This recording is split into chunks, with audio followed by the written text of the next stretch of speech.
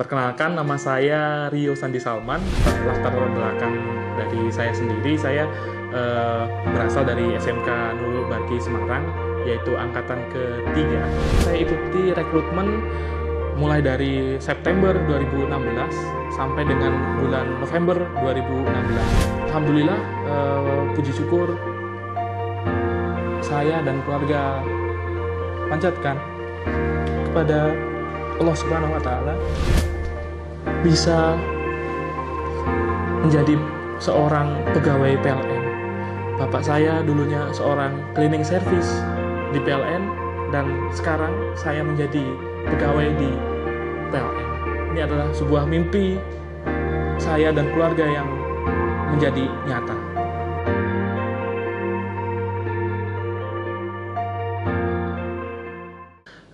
Perkenalkan, nama saya Rio Sandi Salman. Biasa kalau waktu saya masih kecil itu dipanggilnya Rio ya. Namun kalau sekarang pas di PLN ini kenapa berubah gitu ya, panggilannya jadi Sandi ya.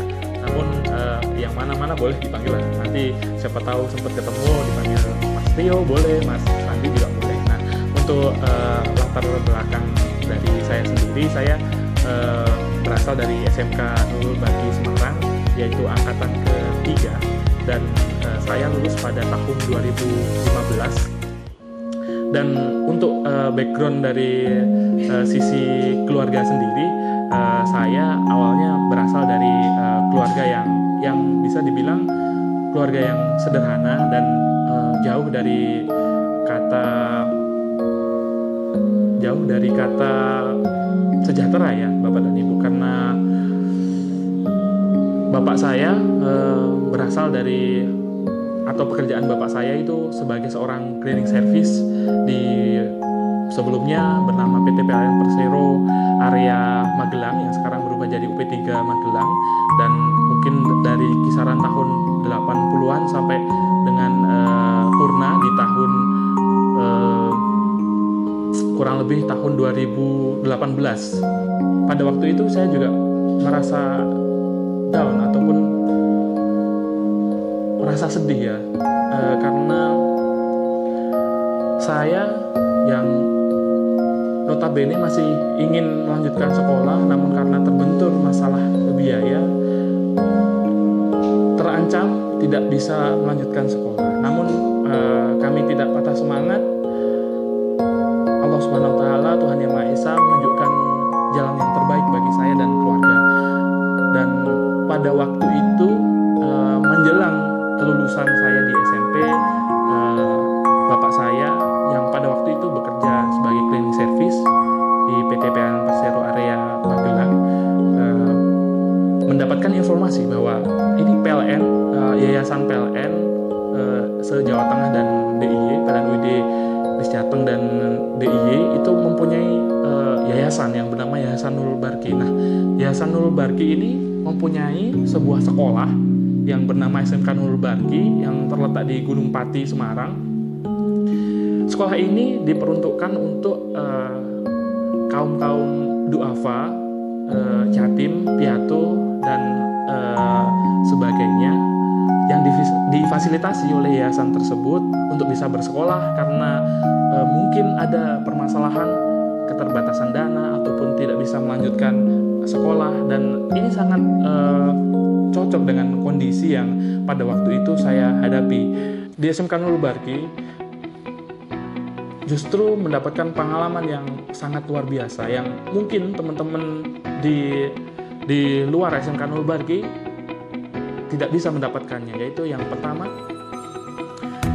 kita diberikan asrama di sana. Jadi sekolahnya berbasis Islamic Boarding School, di mana kita harus menetap di SMK Nurul Barki ini, diasramakan dan diberikan pendidikan formal maupun pendidikan agama yang melalui pesantren Nurul Barki, di mana kesehariannya kita diharuskan untuk bangun lebih awal daripada orang pada umumnya, yaitu kita maksimal bangun di pukul 3 pagi. Di pukul 3 pagi kita diharuskan sudah bangun, bersih-bersih, kita ambil air wudhu, kita segerakan masuk ke masjid untuk menunaikan sholat malam, sholat tahajud di sini. Kegiatan belajar mengajar dilakukan pukul 7 pagi sampai dengan biasa maksimal 3 sore. Nah, ketika setelah kegiatan belajar mengajar di SMK Nurul Barki itu berakhir pada pukul 3 sore, kita langsung melanjutkan kegiatan di pesantren Nurul Barki, mulai sholat asar berjamaah, nanti kita masuk kelas diberikan materi-materi pendidikan keagamaan, mulai dari akhlak, dari fikih, dari tauhid, dari baca tulis Al-Quran, dan segala macam kita diajarkan di pesantren Nurul Barki ini hingga waktu malam. Tiba waktunya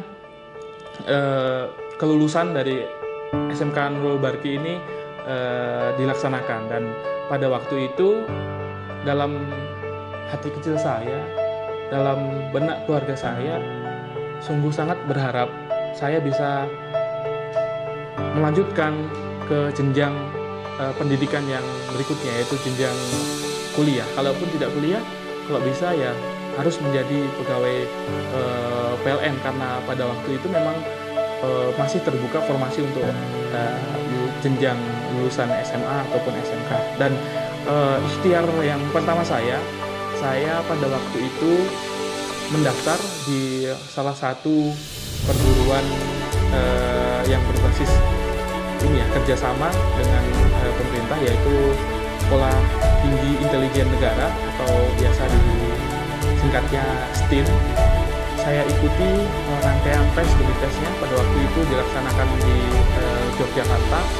Pada waktu itu saya sempat dinyatakan lolos sebagai salah satu mahasiswa di Sekolah Tinggi Intelijen Negara ini. Namun karena pengumumannya diumumkan lewat email dan kebetulan masuk di email saya, pada waktu itu saya telat sekitar mungkin 1-2 hari dalam membuka pengumumannya, yang mengakibatkan saya harus mengubur mimpi untuk melanjutkan di Sekolah Tinggi Intelijen Negara. Saya tidak patah semangat, saya tetap bercita-cita untuk bisa melanjutkan ke jenjang pendidikan yang lebih tinggi. Dari SMK Nurul Barki, saya mendaftar di perguruan tinggi negeri di Yogyakarta, yaitu Universitas Gadjah Mada atau UGM. Pada waktu itu saya mendaftar di sekolah vokasi UGM D3 di Teknik Mesin, dan alhamdulillah saya diterima di jurusan tersebut. Namun yang menjadi kendala saya pada waktu itu kembali lagi ke masalah biaya pendidikan, dan untuk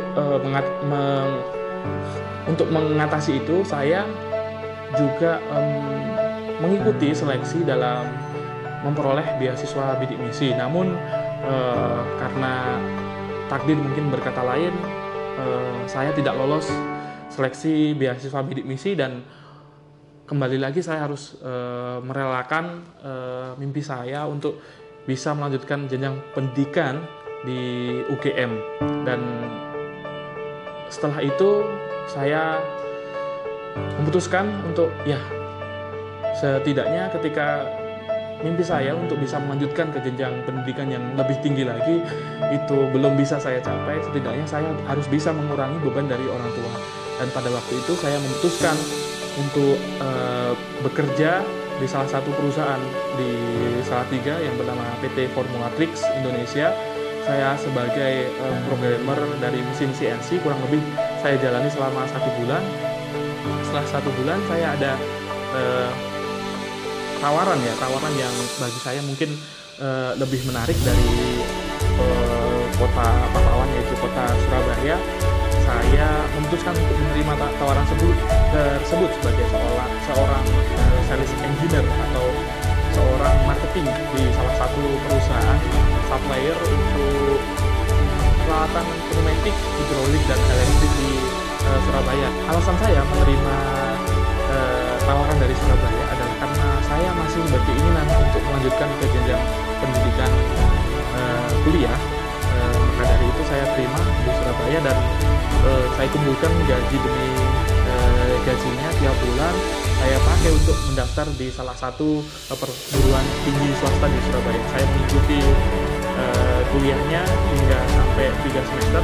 Pada waktu itu berkaitan dengan kerjaan saya sehari-hari sebagai seorang marketing, saya mengambil jurusan manajemen. Nah, namun setelah jalan mungkin sekitar 1 tahun saya bekerja di Surabaya, ada sebuah lowongan pekerjaan ataupun rekrutmen yang dilaksanakan oleh PT PLN Persero bagi lulusan untuk jenjang pendidikan SMA dan SMK. Dan pada waktu itu memang saya dan keluarga sangat berkeinginan untuk bisa berkarir di PT PLN Persero, dan pada waktu itu saya memutuskan bersama keluarga untuk mengikuti seleksi rekrutmen di PT PLN Persero ini.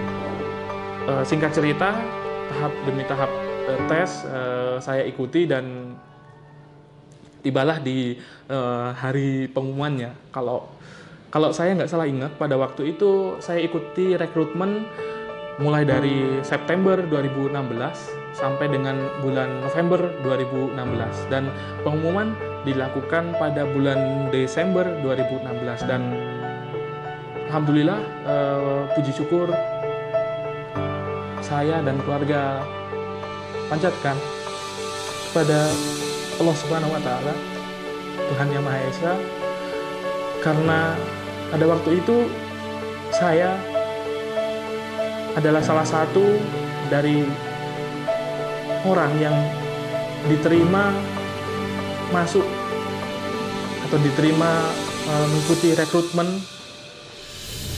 dan terdaftar sebagai calon pegawai PT PLN Persero. Dan bagi saya dan keluarga ini adalah sebuah mimpi yang akhirnya menjadi nyata, karena kita tidak bisa bayangkan, saya berasal dari keluarga yang jauh dari kata cukup, bisa menjadi seorang pegawai PLN. Bapak saya dulunya seorang cleaning service di PLN, dan sekarang saya menjadi pegawai di PLN. Ini adalah sebuah mimpi saya dan keluarga yang menjadi nyata. Saat ini saya bertugas ataupun mengemban amanah sebagai Junior Officer Administrasi Pelanggan di PT PLN Persero UP3 Bulukumba di bagian pemasaran dan pelayanan pelanggan. Nah, di UP3 Bulukumba ini sendiri letaknya di Kabupaten Bulukumba. Nah, Kabupaten Bulukumba ini ada di Provinsi Sulawesi Selatan. Kegiatan lain yang saya ikuti di PLN ini adalah sebagai diantaranya yaitu saya sering diminta untuk mengisi acara sebagai MC, dan yang kedua saya turut aktif di YBM PLN UP3 Bulukumba, dan yang ketiga saya juga aktif sebagai seorang IO bagi acara-acara yang diselenggarakan di PLN UP3 Bulukumba, dan yang keempat saya juga aktif di kegiatan para inovator di PLN UP3 Bulukumba. Dan alhamdulillah pada tahun lalu, yaitu tahun 2022, salah satu inovasi tim kami yang beranggotakan 3 orang itu berhasil sampai tembus ke tingkat nasional dengan inovasi berjudul MVA atau My Virtual Assistant. Dan pada waktu itu kami juga mengikuti kompetisi yang lain. Di kompetisi PLN Marvelous Hackathon kami sampai diundang untuk mengikuti magang di PLN Pusat. Ya, programnya ini kurang lebih dilakukan sekitar 2-3 bulan, dan kami mendapat predikat sebagai salah satu dari 10 ide inovasi terbaik se-Indonesia pada waktu itu.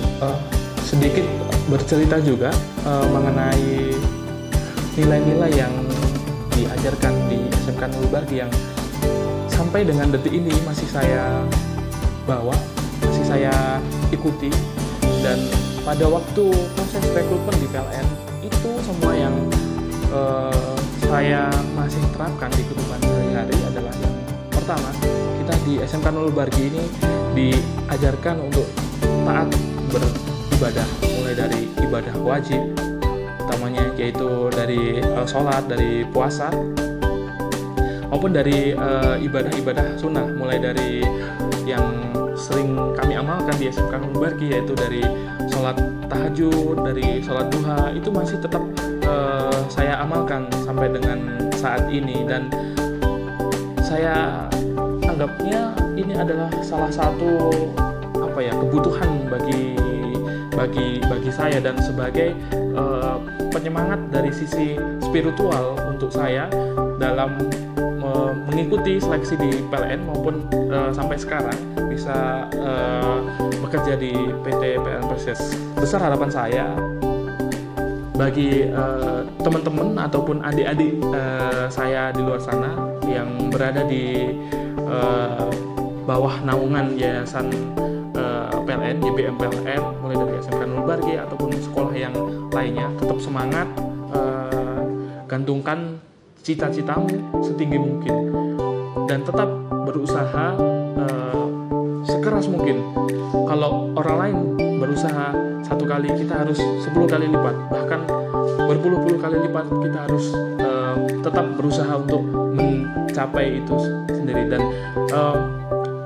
perlu diingat juga, selain kita berusaha, kita harus tetap secara spiritual, kita harus tetap berdoa dan melaksanakan ibadah kepada Allah Subhanahu wa Ta'ala. Dan kalau bisa tetap diamalkan yang pertama yaitu sholat tahajud, yang kedua sholat duha, yang ketiga sodako, yang keempat zakat, dan mungkin yang kelima jangan sampai kita lewatkan waktu sholat berjamaah kita. Kalau bisa tetap laksanakan sholat secara berjamaah. Itu mungkin dan harapan saya ke depan ada dari adik-adik saya di luar sana bisa menjadi lebih baik daripada saya. Mungkin yang saat ini masih duduk di bangku pendidikan, bisa ya mungkin bisa masuk sebagai pegawai PLN ataupun pegawai di perusahaan-perusahaan yang lebih besar lainnya di Indonesia ini, dan